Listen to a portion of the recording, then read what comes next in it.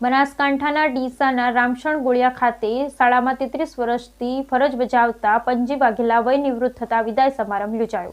ડીસા બનાસકાંઠાના રામસણ ડીસા ગોળિયામાં 33 વર્ષ નોકરી કરી વય નિવૃત્તિ થતા પંજી વાઘેલાને ગામ લોકો, સાધુ સંતો, શિક્ષણ જગતના અનેક અધિકારીઓની હાજરીમાં સાફો પહેરાવી તલવાર ભેટ આપી દરબારી વિદાય આપવામાં આવી। રામસણ ગોળિયાના શાળામાં સતત 22 વર્ષ સેવા આપી ટોટલ 32 વર્ષ નોકરી પૂર્ણ કરી પંજી વાઘેલાનો આજે વિદાય સમારંભ યોજવામાં આવ્યો, જેમાં મોટી સંખ્યામાં ગામ લોકો, સાધુ સંતો, શિક્ષણ જગતના અધિકારીઓ હાજર રહ્યા છે। શાળામાં આપેલી સેવાઓને યાદ કરાઈ હતી। 22 વર્ષથી જ એક શાળામાં નોકરી કરી શિક્ષણ જ્યોતને ઝળહળતી કરવામાં વિદાય લઈ રહેલા પંજીનું સિંહ ફાળોએ લોકોને યાદ કર્યો। એક જ રૂમથી શરૂઆત પામેલી શાળા આજે આદર્શ શાળા સુધી પહોંચી, જે શિક્ષક શ્રી પંજી વાઘેલાને આભારી છે। ગામ લોકોએ પંજીની શિક્ષણ ક્ષેત્રે કામગીરી વખાણી હતી। વિદાય લેતા પંજી વાઘેલાને ગામ લોકોએ સોનાની વીંટી પહેરાવી સાથે સાફો બાંધી તલવાર ભેટ આપી દરબારી ઠાઠ વિદાય અપાઈ હતી। શાળાથી ઘર સુધી ઘોડા પર બેસાડી વરઘોડું નીકાળી જાજરમાન વિદાયના દ્રશ્યો સામે આવ્યા। બાળકોની નમ આંખો જ બતાવી રહી હતી કે વિદાય લેનાર શિક્ષક પંજી વાઘેલા પ્રિય ગુરુ હતા। સ્ટાફે પણ પંજી વાઘેલાને ગોલ્ડ કોઈન આપી ઉષ્માભર વિદાય આપી હતી। વિદાય લઈ રહેનાર પંજી વાઘેલાને લોકોએ બાકીનું જીવન સુખ શાંતિમય સામાજિક અને શિક્ષણ જગતમાં ઉપયોગી બની રહે તેવી અપેક્ષા સાથે ઉષ્માસભર વિદાય આપી। બ્યુરો રિપોર્ટ ભરત ઠક્કર। આજ રોજ રામસણ ગોળિયા અનુપમ શાળામાં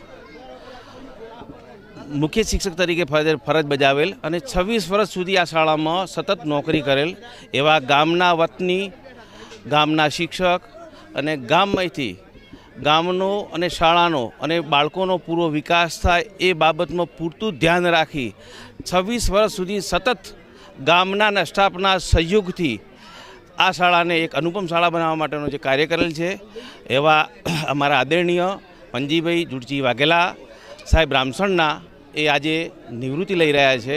એમને નિવૃત્તિ થઈ છે, વય નિવૃત્તિ થઈ છે। એના ભાગરૂપે આજે ગ્રામજનોએ એમના માટે સન્માન સમારંભ રાખેલ છે અને સાહેબનું સન્માન કરેલ છે અને સાહેબને ખૂબ જ ભાવપૂર્વક આ શાળામાંથી નિવૃત્તિ આપેલ છે અને એમનું પાછલું જીવન પણ અતિ સુખદાયક બની રહે તે માટે સર્વ ગ્રામજનો પ્રાર્થના કરે છે।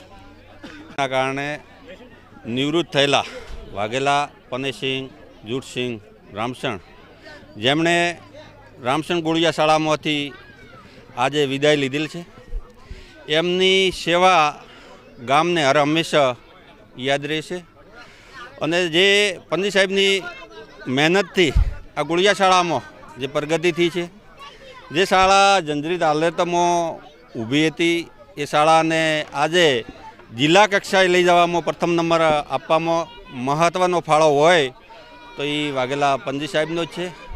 અને બીજું તો વિશેષમાં એ કહેવાનું કે પંજી સાહેબનું નેતૃત્વ, પંજી સાહેબનો સ્વભાવ અને એમની ગામ પ્રત્યેની લાગણી એ તો આ સભામાં આવેલા મંડપમાં બેઠેલા આખા ગામના ગ્રામજનો દેખીને આપને ખ્યાલ આવી જ જશે। કારણ કે જેને શરૂઆત કરી હતી ત્યારથી અને ગામમાં નિવૃત્તિ લીધી ત્યારે એ શરૂઆત કરી એના વ્યક્તિઓ અહીં આવે અને જ્યારે નિવૃત્ત થાય ત્યારે ગામના વ્યક્તિઓ પણ એકઠા થાય તો એ ઉપરથી કે એમનો સ્વભાવ કેવો હશે અને ગામ પ્રત્યે એમણે કેવી લાગણી કેળવી હશે એ તો એ ઉપરથી જ દર્શન થઈ જાય છે। સાથે સાથે આ ગામમાં પંજી સાહેબે જે બાળકોને અને એના વાલીઓને સમજાવી શિક્ષણ પ્રત્યેનો જે વેપ વધારેલો છે એ પણ સિંહ ફાળો એમને જ જાય છે। સાથે સાથે પંજી સાહેબ નિવૃત્ત થયા પછી સામાજિક સેવા કરે, સાથે સાથે આ શાળામાં અને બીજી શાળામાં જઈ પોતાનું વ્યક્તિત્વ, પોતાનો અનુભવ પ્રત્યાપ કરી આ ગામના દીકરા દીકરીઓનો શિક્ષણ કેવી રીતે વધે એ માટે સતત પ્રયાસ કરતા રહે એવી ભગવાન સાથે પ્રાર્થના રાખે અને એમનું દીર્ઘ આયુષ ખૂબ સુંદર રીતે પસાર થાય એ મા ભગવતીને અને મા અંબાને પ્રાર્થના। જય હિન્દ, જય ભારત।